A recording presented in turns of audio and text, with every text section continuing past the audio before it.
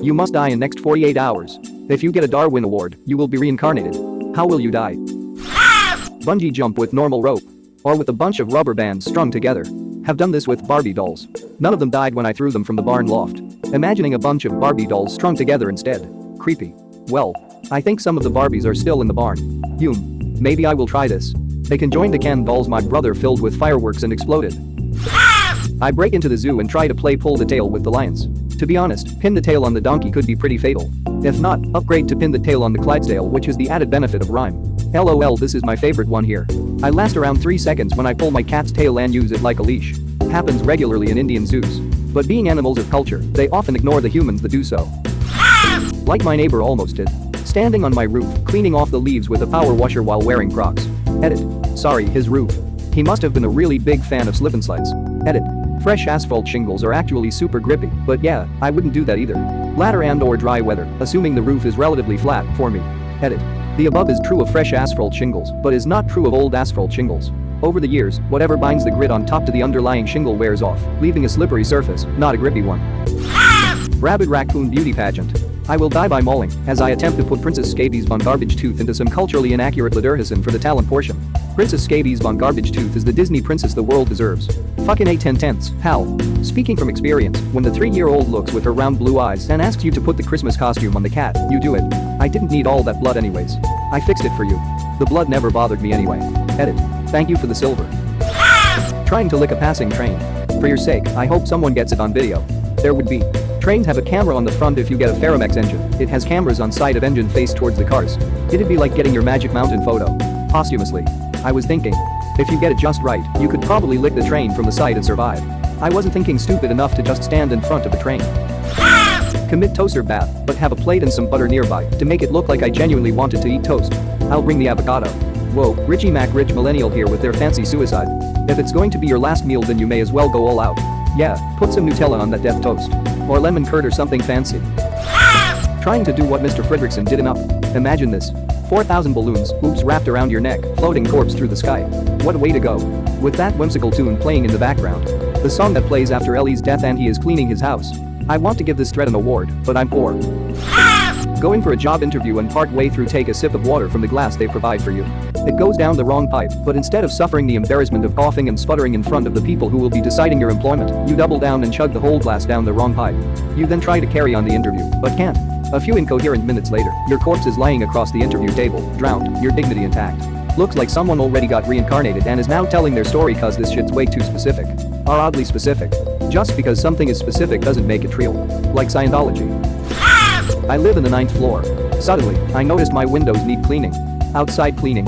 To be safe, I will tie myself with a sturdy rope. The other end attached to a light, 15 centimeters, about 6 inches, tiny stool I got home. You fall, but the stool gets stuck between some furniture. You live on, with the most embarrassing story ever. Tie the other end around my neck, that'll keep me safe. Don't want to be stuck upside down if you fall. That dude trapped upside down 380 feet in the air. On the side of the defunct nuclear reactor tower or something. Skydiving by using a small plastic bag as a parachute. Or a cargo net. It's like a parachute, but with 90% of the material removed, so it'll be a lot lighter. Or an umbrella. I'm Mary Poppins, y'all. My best friend's older brother actually did that off the roof when he was in 3rd or 4th grade and broke both his legs lol. Going lion hunting with a Nerf bat. Why is this so buried? This made me laugh far more than it should have. Good news. It's the top answer now. I got a good laugh out of it as well, but how much laugh is the appropriate amount for this? I'm afraid I may have overdone it myself. Ha ha ha, nice one. Reminds me of when I was younger, about 9/10. I tried playing Russian roulette with a BB gun cause it looked cool in the movies. My dumbest done it with a magazine-fed one instead of a revolver though. Needless to say I ended up shooting myself in the head, and it hurt like a bitch. Like we'll believe you were ever 9/10. Dude stop before he tries the magazine-fed Russian roulette with a real gun. Dude stop before he tries the Russian roulette with a real Russian that yells something Russian when he's pointed at someone.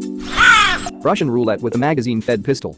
That was already done. Russian roulette with an RPG. Russian roulette with a Russian. Russian roulette with Russia. I'll run myself over with my own car. Again.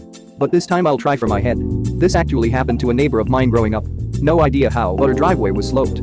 The story that went around the neighborhood was that the elderly lady was unloading groceries when she noticed her car rolling back and went to the back of the car to try and stop it. Man, this was over a decade ago, and I still can't wrap my mind around how why. Edit. The reason I can't fathom the explanation is twofold. For one, my mom was the one that found her after dropping me off at a friend's. Secondly, her front door was open, which suggests she got out of her car and walked the 20 to 30 steps to her front door before realizing her car was moving. Yet her driveway was small and sloped at such an angle that I find it very hard to believe that she could have gotten out, opened the front door, and made it back to the car to stop it with her body before it made it out of the driveway. R.I.P. Almost Darwined myself yesterday. Embarrassing story, but here goes. I work out in my garage every day. I also park my car in the garage, so when it's time for my workout I simply back my car down into my driveway. I have an older car, so I don't like turning the engine over for such a short duration to back up the car 15 feet, so I just turn the car on, put it in neutral, and push it out of the garage, and let gravity do the rest when it hits the downslope of the driveway. Yesterday I decided to perform this action in socks. This was of course my Darwin moment. While standing half in my driver's side door and half on the slick concrete of the garage, I slipped and fell on my side just as the car hit the downward slope of the driveway. My initial panic moment was to try to stop the car by pushing the front tire with my foot, which did nothing but propel my toes under the tire. I was able to pull my foot from underneath the tire, but in doing so slipped again and fell even further under the car. At what seemed to be my certain final destination moment of being run over by my own fucking car, I was able to sit up and reach up into the car and hit the brake pedal with my hand. So there it is, being run over by my own shitty car. This comment certainly got more attention than I expected. Thank you for the silver. To add a bit, the next few hours were spent thinking how stupid and lucky I was. If anyone has ever used the brake pedal, sorry for the misspell, while the engine is off, you know that you have about one good push on it before you bleed the hydraulic fluid from the lines, therefore disabling the power brakes. If you've ever tried to use brakes that were not power brakes, you realize it takes a little gumption. Don't know if I would have had the arm strength to engage the brake pedal at such an awkward angle. It would not have taken much to have screwed up my one attempt at engaging the brakes. Yes, a myriad of mistakes were made. I am a total idiot and probably do not need to pass my genes on for the betterment of humanity, but maybe there is a fellow dipshit out there just about to make a similar mistake that can learn a little something from this. Thanks again. This seems like a real scene on Final Destination. You skip death, I guess. Might want to watch your back. Reincarnated as what? Myself? Another living being? Need to know some more terms here before anything is happening. Reincarnated as yourself. After reincarnation you can live your life as you want. Reincarnating as yourself is just a difficult word for respawning. Or being revived by that 1 in a million squad mate that actually knows that defibrillators are not an offensive weapon, but a device to save lives. You mean you're not supposed to pick that class just to have an enhanced melee attack? Darwin Awards tend to go to people who unintentionally died doing something they thought was a good idea and executing it poorly. Attempting to forcibly vaccinate the child of a famous anti-vaxxer politician whilst they are on stage with their parents by rushing at them whilst holding a syringe, only to be gunned down by the Secret Service. Edit. A number of people have commented saying I should not do this. I have no plans to do this. Damn son, this is good.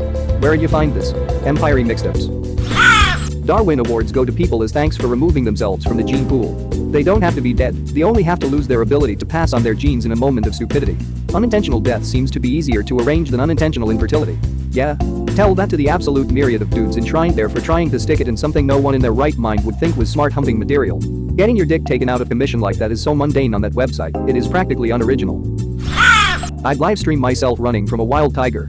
With any luck I'd be reincarnated as a tiger, and I'd bump into the tiger that killed me, forge an alliance and overthrow the ape overlords responsible for the near extinction of our species. After the fighting is done and the smoke clears, I'll look into his sick-ass tiger eyes and say, we did it, Tony, we're finally free. Tony, I love you. Cue tiger wedding and up-esque montage of me and my love Tony raising our cub, Tony Jr. Unfortunately, Tony Sr. starts drinking, and Tony Jr. grows up in a rough household. Just rough enough to give him the creative angst to pursue show business as a career path. On the day he leaves I'll tell him, be as good as you can be, son, and he'll say, don't worry mom, I'm gonna be great. Edit. My first silver ever. Thank you so much, kind stranger. I would totally have your tiger babies. Snorting gummy bears until my lungs are full of jelly and don't have enough space for oxygen. I'd like to see someone survive get through the first one. There'd be an eternity of snorting inhaling through a nostril with increasing intensity until the gummy bear eventually flies at high velocity, hitting the back of the snorter's throat, causing a gag choke reflex before dropping into the lungs.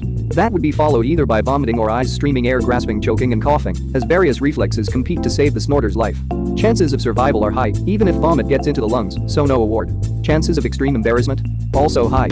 There will not be a second gummy. Sniff. Sneef. Schwap. Thunk. Gark. HNNGK. Wheeze. Cough cough cough gark, etc. My wife is 9 months pregnant and will be giving birth to a son due tomorrow.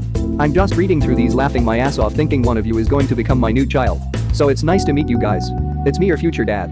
Toddlers are experts in causing near Darwin Award moments. I saw a vid yesterday of a little boy that escaped from his crib or pack and play or whatever, was crawling around on the wood floor and nearly fell down some uncarpeted stairs. His cat blocked off the stairs, sprang at him, and forced him back away from the stairwell. Step 1. Rob a bank and bury the treasure. Step 2. Get arrested for the crime. Step 3. During court proceedings, steal pen from lawyer, make a show of the whole situation, how the banks are really the thieves, and pretend to trip mid-speech as I swan dive off the desk, forcing the pen into my brain through my left eye socket. Step 4. Justice served as far as the court is concerned. The news will latch onto the case and everyone will know about it, as such a thing doesn't normally take place outside of Florida. Darwin Award given posthumously. Step 5. Wake up in the morgue and scare the shit out of the attendant. Step 6. Go dig up my loot with double jeopardy clause preventing anybody from giving me shit about my new wealth. Step 7. Money bitches. Like my dad almost did, which is this huge backstory. We own a few mobile homes out in the middle of nowhere. A family friend just got out of jail and my dad, being helpful, gave him a place to stay at a discount. Well, the guy went right back to cooking meth. The police raided the mobile home while the guy tried pouring the shit down the drain and spilled all over the floor. Now the whole place is contaminated. Hazmat told my dad the place would have to be torn down and would cost him $6,000. My dad, being the businessman that he is, decided he would tear it down himself and hire me for $350 for the weekend. I owed him the money anyway. He gave me a painter's respirator and told me to clear out the inside while he started unplugging the utilities. Next comes taking out the walls. The idea was to have it collapse on itself, so we had to take the roof out. My dad bought a chainsaw and started at one end and worked his way back. As one would think, sooner or later you are going to run out of roof to stand on. Whole roof almost collapsed with him on top of it with a chainsaw in his hand. What was his son doing? Filming it on his cell phone.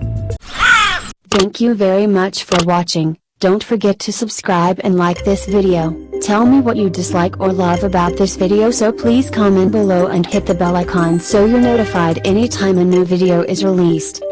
This is a WikiImages production.